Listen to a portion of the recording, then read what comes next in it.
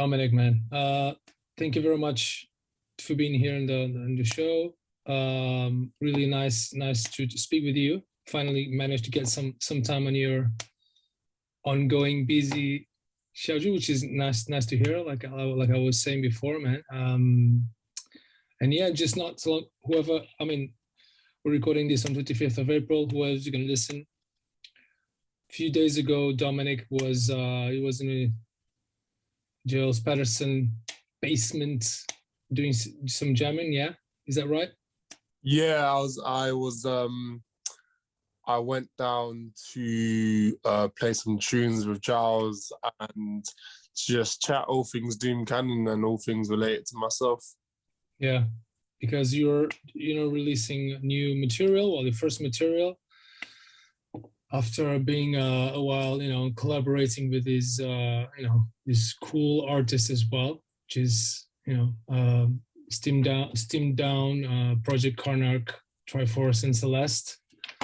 But I mean, for people that don't know you, can you just go back a little bit and explain? I mean, because you finished uni Middlesex not so long ago. Yeah, it wasn't. It was about. Yeah, still fresh, isn't it? yeah. Still. Tell me, man. Yeah, so I finished university about, I think it's 4 years ago. It'll be 4 years in June. I finished when I was 21. I'm now 24. And when I was in university, I met up with these guys called Ricardo Palma, Mansell Brown, and Benjamin Apia, and then we started a band called Triforce. And then from there, we went on to work with Jazz Refreshed, and with Brownswood on the We Out Here project, which was incredible. And then I started a band called Project Karnak. Yeah. Because within Triforce, everyone was so busy. I needed a creative outlet. So I started Karnak with this drummer called Sam Wiesler, and he plays with Sampa the Great when she comes over sometimes. And yeah, and then so in between doing those two, I was still at university studying jazz, and then I went to a night called Jazz Refreshed. And called the band was called United Vibrations playing, and that was the first time I met Anansi, and I was amazed, and he was incredible, and how it rolls, yeah.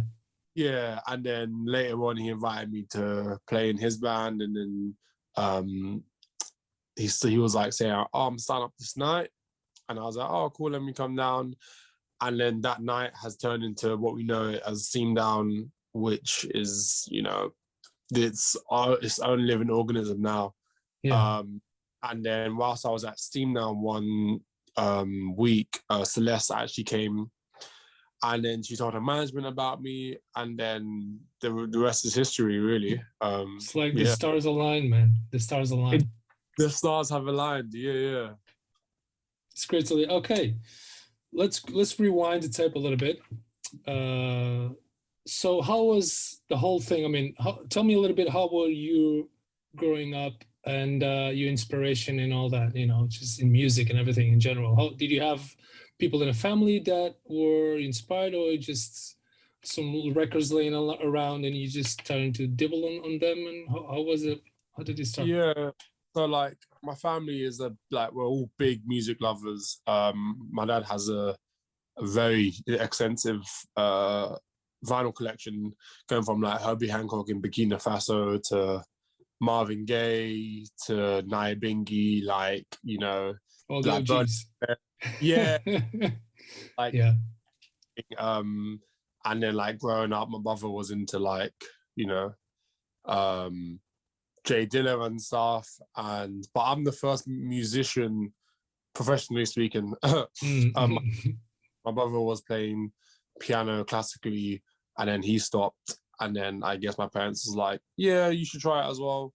And then I tried it, and then it got to a point where I was like, actually, I really like this. So I'm gonna continue doing it. And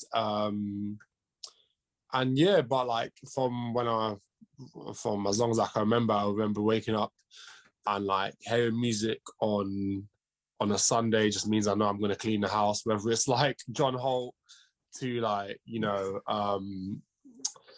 what's his name? Yeah, anyone from like John Holt to Marvin Gaye. Yeah. It means I'm just spending my days cleaning. But, boom, boom, boom. yeah.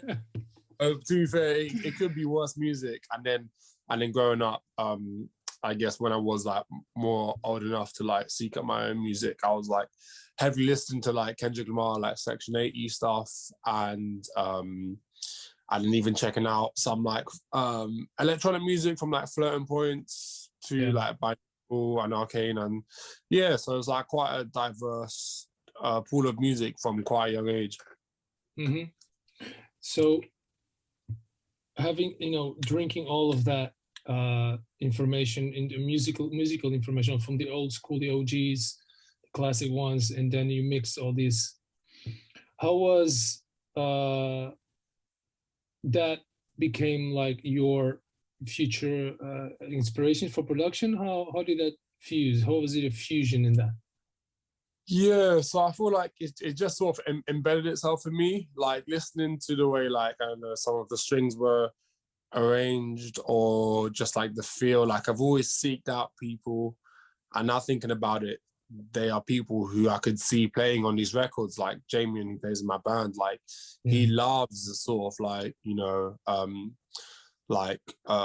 James Jamerson sound, which, you know, I'm crazy over, but he has like this new flair on it. And I think just like growing up, listening to the two, it's definitely like allowed me to, especially my music, to like try and seek this like sort of timelessness, whether it's like the strings or it's like this crazy like orchestra, jazz fusion, you know, but like trying to, you know, keep it quite modern, because even if you listen to like amalgamation and stuff, it could, like, if you didn't know, it could be something from like the 70s, but yeah, I don't know whether that's because it's old or whether because the 70s were so ahead.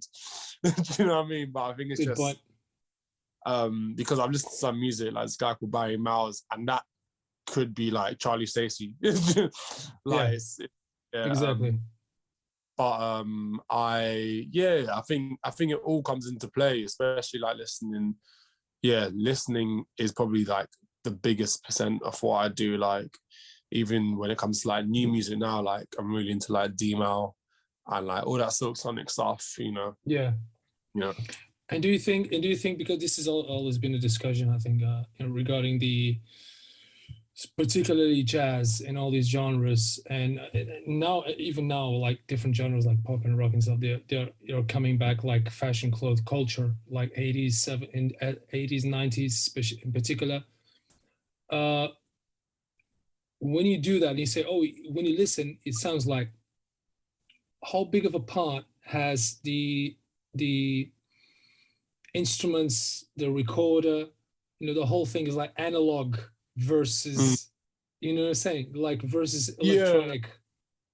Yeah. I think you just can't beat like analog gear, even though like we all try and replicate it. We're all just replicating like the old, you know, especially when it comes to even though like some of the preamps or stuff on like some of those like old Marvin Gaye records, they only probably have like a few settings compared to like a brand new one which has like 17, but you know, it's still got everything you could possibly imagine.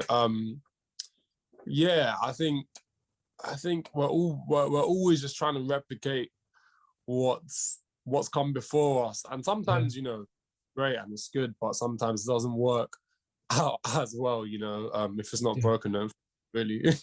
yeah, and I'm sure your dad, I mean, with a vinyl collection, if you put a vinyl right in a good stereo system versus a Apple, Spotify, whatever version, yeah, you know, it's just gonna so warmer, like, you know, exactly, no comparing really. Apart from like I'm kind of excited for. I don't know if they can, but when they do like Dolby Atmos on vinyl, that would just blow my mind. Like, yeah. I mean, even the thing about Apple, like, what's it called? Like that sound, that like 3D sound, whatever they called it, that name. I mean, they did that on the first time I did that on cinema. Obviously it was Atmo double, that sound, and then they did like this, like when you do these effects and they come from left to your right, to your right, to your left, it just boom. But I think the vinyl, when you listen again, if you have a good system, is the whole roundness. I don't know how to put it. It's like over the sound, the richness of the whole thing, and I don't know. It's not even that. It's when you record, and even you can the how do you call the texture of the strings or drums or whatever you're using, or keyboards, you can like listen. I don't know, it's something in there, man. It's like, I don't know, it's like photograph, digital versus like analog. I don't know, it's like something like that, man. You just can't beat the analog. Do you know what I mean? Like, it's and it's not to say that all the Dolby and the Atmos isn't great. They are of great. Course, like, it is. Of course it is. Yeah. There's just like, there's always going to be an audiophile who's just going to be like, no, man. Like, better. But yeah, I love having the option to be able to do both. Do you know what I mean? And what do you like? What do you like to do more? Or maybe it's not more, it's the same, but like live performance versus recording. Oh, it's a $1 question. Both. I think I can't live with only one. I need to have both. The finesse that live comes with, but also having that discipline also allows me to appreciate, having the discipline when recording allows me to appreciate live so much more. And even if I'm like, really going for it, I think, recording teaches you discipline. Like, you can't just show all your cards straight away. But when you're live, you're like, let me do this. And it just opens up a pool of like, you're like, oh, whoa, like I could take this so many other places, but then you don't want to give it away all on the recording. So I think, both, man. I can't. Always love the answer. Yeah, I mean, it's, of course, like you said, more structure, more discipline when you're recording, because you want to make it right and exactly as you thought it would. And then live, you can improvise a little bit here. If you do different gigs, different places, usually you can improvise differently in different places, give it away a little bit different flavor, I suppose, in a different place where you play live. I mean, I agree with you. And how does it go? How do you go with your songwriting process? How do you go about usually? It usually begins at piano.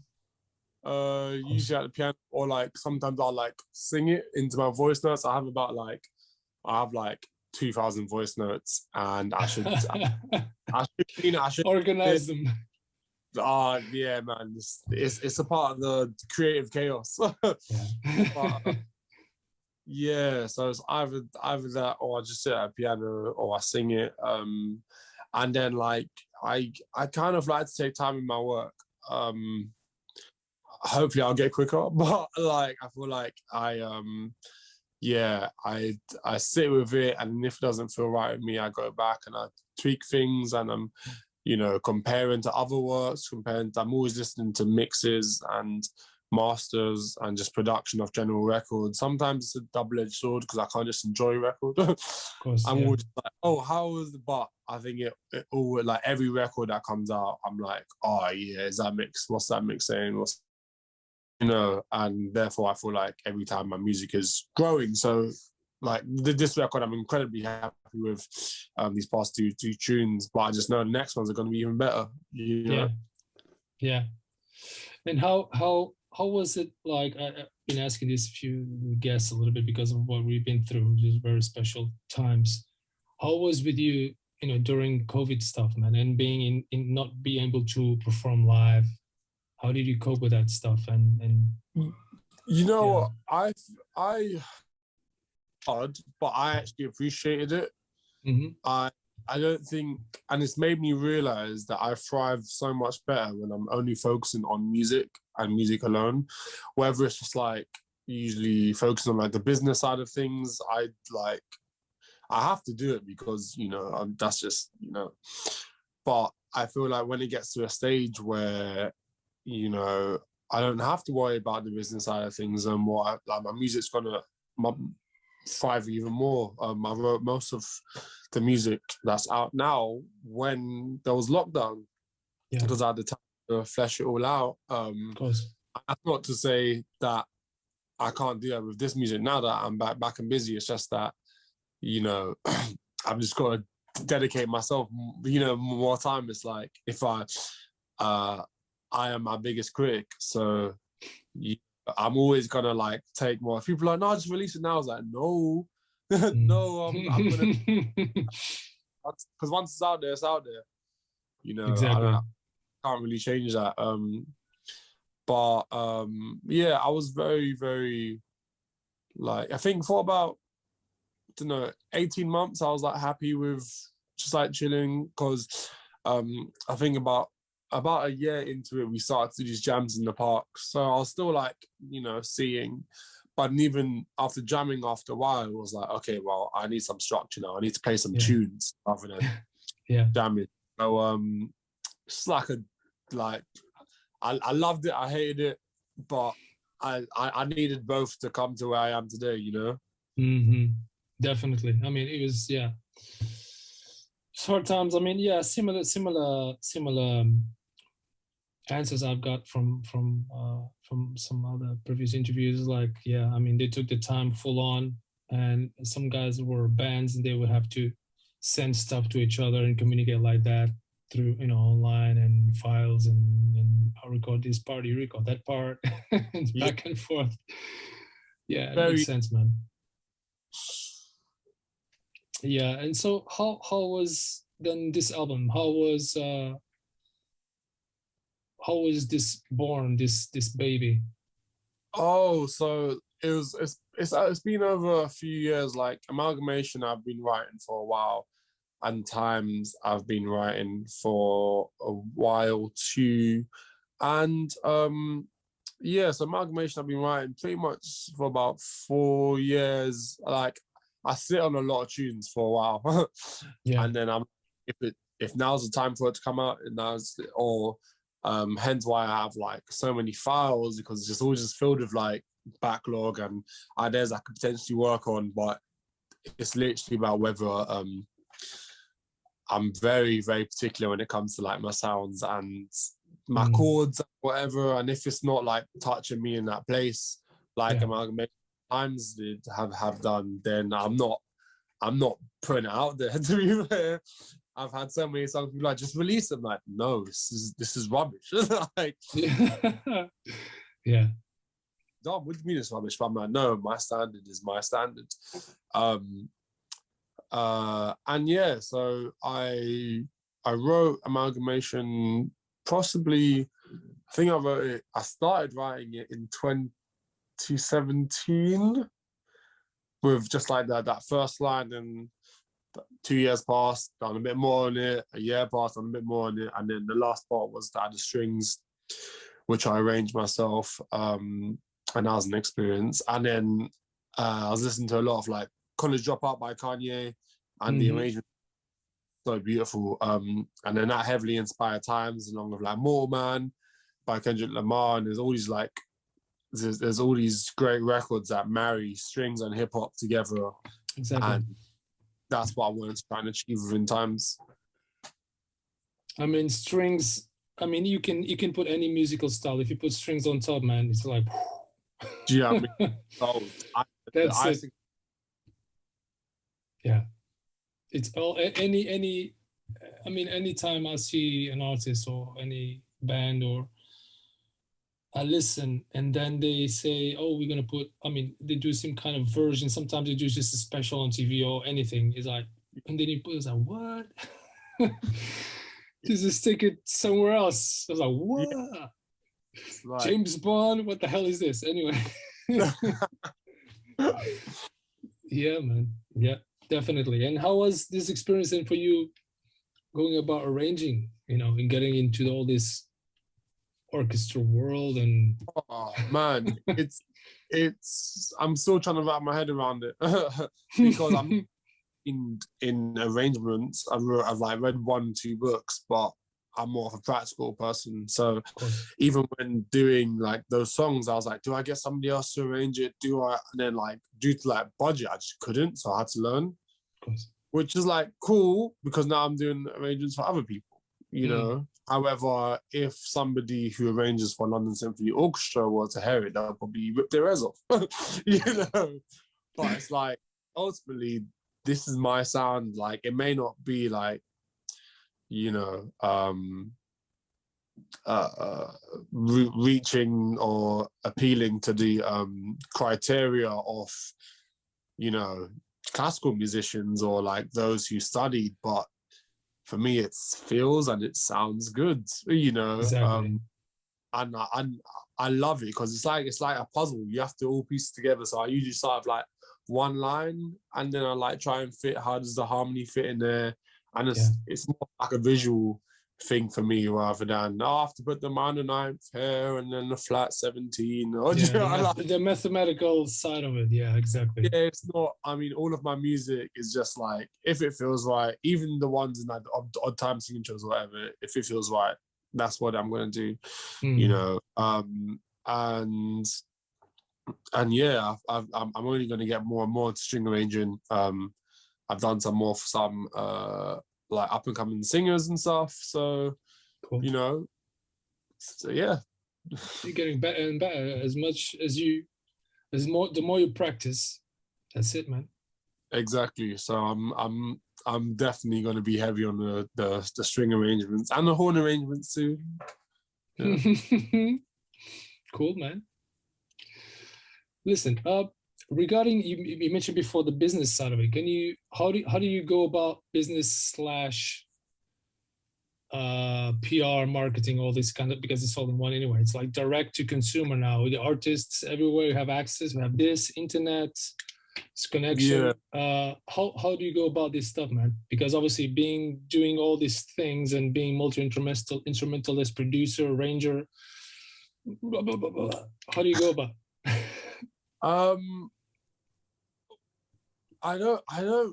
Maybe I should, but I don't really like use my social media as a means to advertise my skills per se. I'm an artist who does things. Like Terrace Martin is a saxophone player who produces, who arranges, who does all these things, and I have a team behind me, Brunswood, who are helping me with all this PR and marketing and stuff. But even before that, I was in Triforce and Karnak. I was like manager and and PR and social media manager and everything. Exactly. And you just have to take it with a pinch of salt. Like I've had times where I've been diagnosed with stress because it's been too much, and I've had times where I've like told the band I'm not doing anything because no one's pulling their weight. But it's, I don't know, man. You just got to jump, really. Yeah. I've no like right way of doing it. I think luckily with Triforce, we were just young, so we were just doing like memes and stuff, and it worked, Yeah. So yeah, I don't know. I think when I'm doing like in rehearsals, I'm there doing the music, and then I'll dedicate a day to like doing all the admin for one band. Or like if I'm doing string arrangements for one artist, I'll do that on that day. So I'm, locked in there, or I'll do it for like a certain amount of hours. It's all about like time allocation, whether it's a day or, you know, whatever it's, and even now I'm still getting like used to it. I probably got songs that singers are waiting for me to send now. Exactly. But like, yeah, I'm no expert at time allocation, but I'm trying. Yeah, that's one thing, the structure. I mean, it's very interesting even for me because I just recently dropped Insta. I just left Instagram. Yeah, man, it's you have to take those decisions sometimes, you know. Yeah. Because at the end of the day, because I'm also a photographer, right? So visually, it doesn't give me anything anymore, no return on my investment, on my time, which is the only thing, you know, having that, I don't put ads or do anything. So I said, you know what? I keep a few of them that at least I think I'm gonna, and then I had a website and stuff like that, and just go for it. And again, and I'm a bit like you because I like to Zimmer the cooking, meaning your project, you kind of keep it like low, you know, just cook, and then just one day, okay, now I'm gonna serve it. You know, like work on the project, and when I think it's ready now, I'm not gonna stress out. I'm not going to look at these guys' accounts or these people's accounts. It's like they're churning things out there and they're doing so much apparently.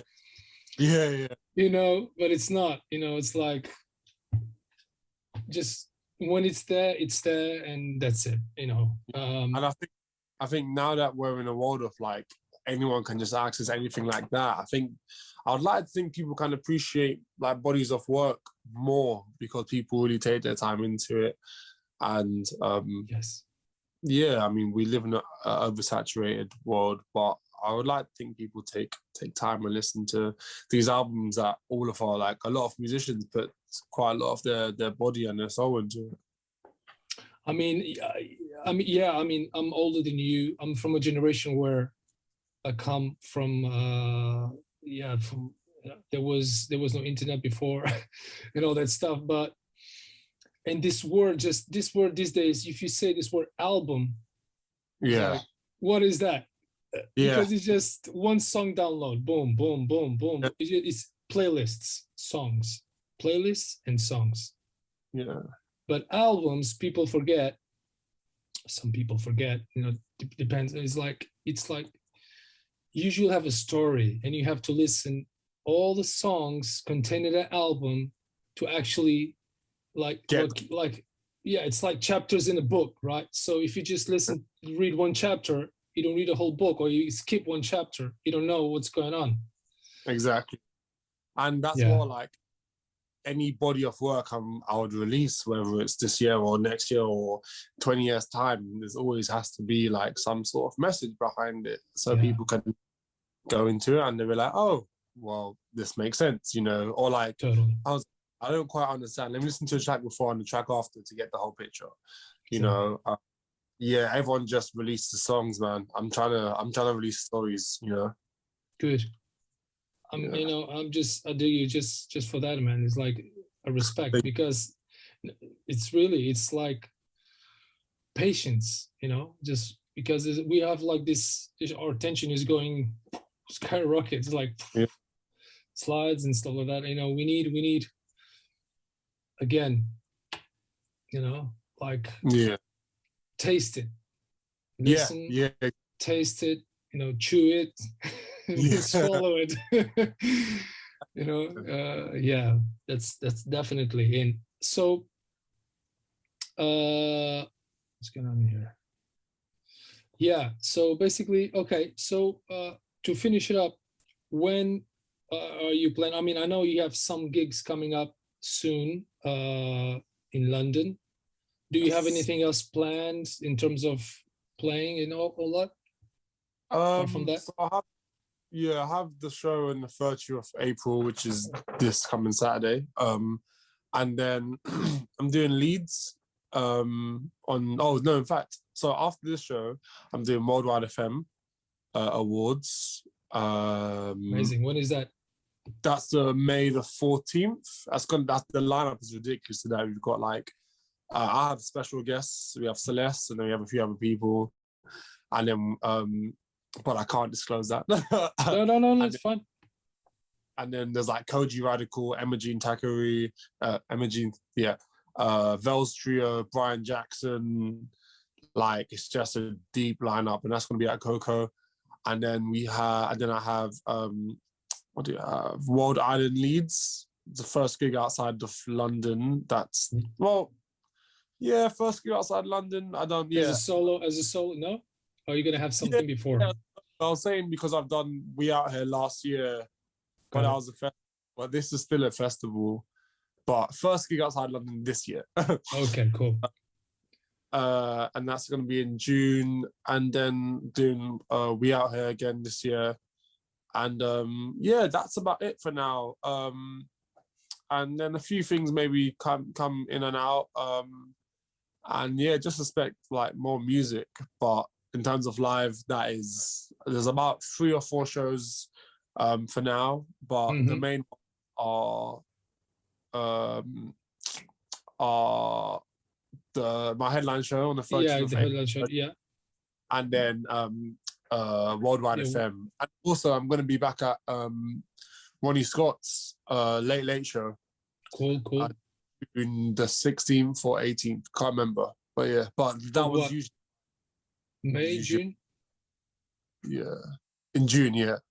June, nice. See if I can hook you up. We could hook up, I'll be one. I don't know if I'm gonna be able to go this one, which you're gonna 5 days. If not this Saturday, next time you do London. But the Ronnie shows are just a bit more like chilled. I'm playing some unreleased stuff. I'm trying some songs out, and I'm just making music up on the spot sometimes, So it's quite nice. That's the place to do it, isn't it? Yeah, Ronnie's. It happens down at Ronnie's. Yeah. Exactly, man. Okay, well, cool. So where do people can find you then online on this world, apart from your website? You can find me at DoomCannon.com. Let me just .com. DoomCannon.co.uk. I'm from the UK. DoomCannon.co.uk. Facebook at DoomCannon, Instagram, Twitter, DoomCannon, and then on Spotify, Tidal, all at DoomCannon, really. In fact, all of them. Cool. Lovely to chat with you, man. And I don't know. It's just keep on going. That's all I can say. Just keep on going, man. Keep on going. Sorry? I'm here for the long haul. So of course. Now, what is it? The 25th of June, 25th of April, 2022.